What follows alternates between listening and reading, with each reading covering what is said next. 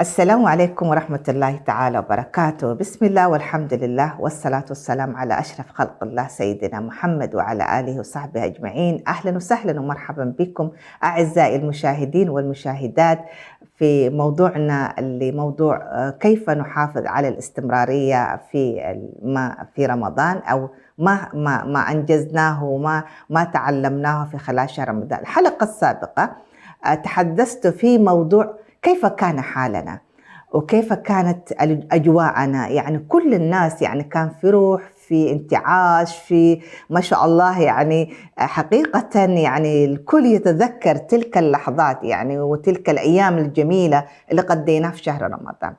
الآن نأتي اللي ذكرنا الجزء الأول كيف كان وضعنا، الآن كيف نحافظ على الاستمرارية. دائما قد تكون البدايات سهلة ونحن بدأنا وما شاء الله يعني، لكن كيف تكون الاستمرارية من خلال يعني فيما تبقى لنا، مثلا من خلال اللي هو مثلا من رمضان لرمضان أو خلال العام. رمضان بما أنه هو يعني يمكن هو اعتبرناه ورشة تدريبية، دخلنا في هذه الأجواء وخرجنا منها ونحن بهذه النفسية اللي هي الإيجابية الطيبة اللي فيها الجانب الروحي وكل الجوانب اللي ذكرناها. الاستمرارية تأتي بعدة خطوات. أولا استشعار المسؤولية، وهذه نقطة مهمة جدا، كلكم راعي وكلكم مسؤول عن رعيته. استمرار اللي هو الشعور بالمسؤولية دائما يكون، ما فقط أنا في رمضان أنا كأم وأكون حريصة، رغم أن إحنا ذكرنا إحنا ما كنا يعني إحنا نراقب أبنائنا، لكن أبنائنا سبحان الله هذا التغيير اللي كان حصل كيف نستمر فيهم. أنا كأم والزوج كأب، الاثنين نحن مسؤولين أمام الله سبحانه وتعالى. نستمر بندع لنفسنا برنامج، يعني ممكن نكون إحنا يعني أكيد يعني جانب الإيمانيات ما راح تكون بنفس الطريقة، يمكن كانت 99% أو 90%، كل واحد على حسب جهده وعلى حسب اجتهاده، ونسأل الله القبول. لكن على الأقل ما نصل مرحلة اللي هي 20% أو 30% أو 50%، يعني نحن نحافظ على هذه الأجواء، يكون 75 فما فوق، لكن ما يكون أقل من ذلك. فنحافظ عليه بأنه الوقاية المستمرة، وهذا هو منهج حياتنا، يعني منهج حياتنا. الهدف الأساسي ما خلق، كما قال الله سبحانه وتعالى وما خلقت الجن والإنس إلا ليعبدون. يعني الهدف الأساسي نحن في هذه الأرض أو في هذه الحياة الدنيا لعبادة الله سبحانه وتعالى. فيكون أنا همي أن أدع برنامج نحن كوالدين. طيب كيف نستمر؟ يكون دائما نذكر أبنائنا أولا اللي هي من خلال اللي هي البرامج، يعني يكون عندنا مثلا مثال على الأقل في الشهر يوم واحد قيام الليل، ويكون هذا البرنامج بالاتفاق مع الأبناء. يعني أنا أجلس مع ابني بنتي، إيش رأيكم كم أيام ممكن يعني يفضل إحنا نعمل فيها قيام الليل. قراءة القرآن تكون ورد ثابت مثلا على الأقل، يعني بما يتناسب مع العمر وما يتناسب اللي هي أوقات أبنائنا، اللي هي قيام الليل، القيام، قراءة القرآن، المواظبة على الأذكار. دائما يكون عندنا مكافآت وتشجيع للأبناء إنه يعني اليوم أنا كملت أذكار الصباح، أذكار المساء.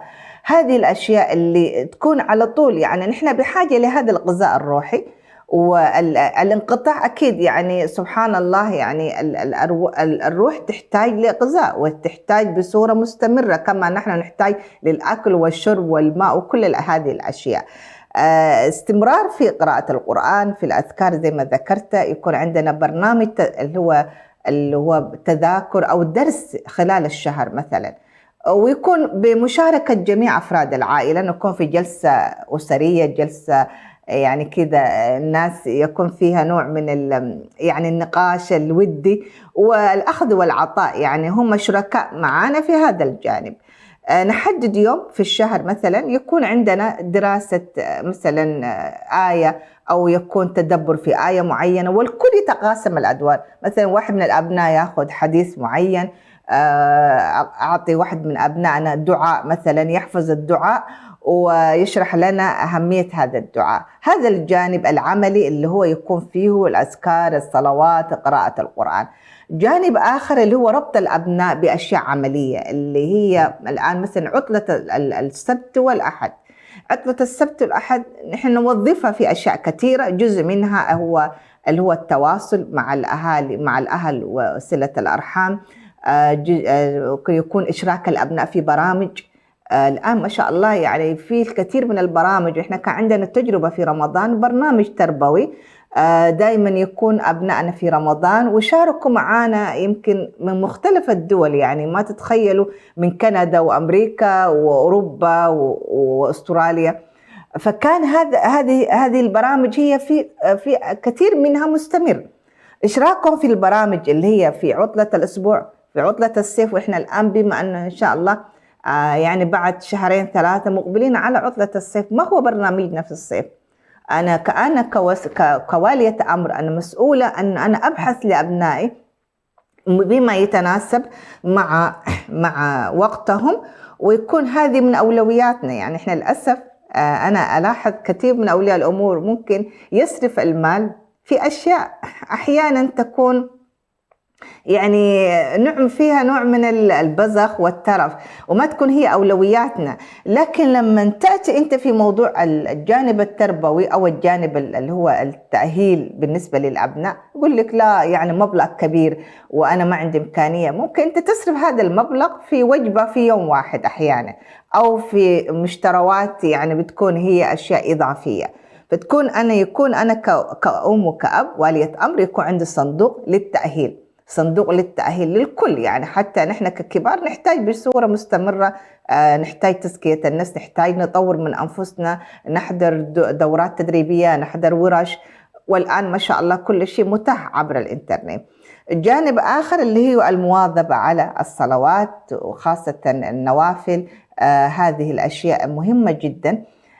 وأنا يعني يمكن أناشد خاصة الآباء الرجال، يعني إنك تستصحب ابنك معك في الأوقات اللي هو يصلي فيها في البيت، مثلا صلاة العصر، أو أحيانا في الغالب يعني يكون في دوامات حد العصر، لكن صلاة المغرب والعشاء.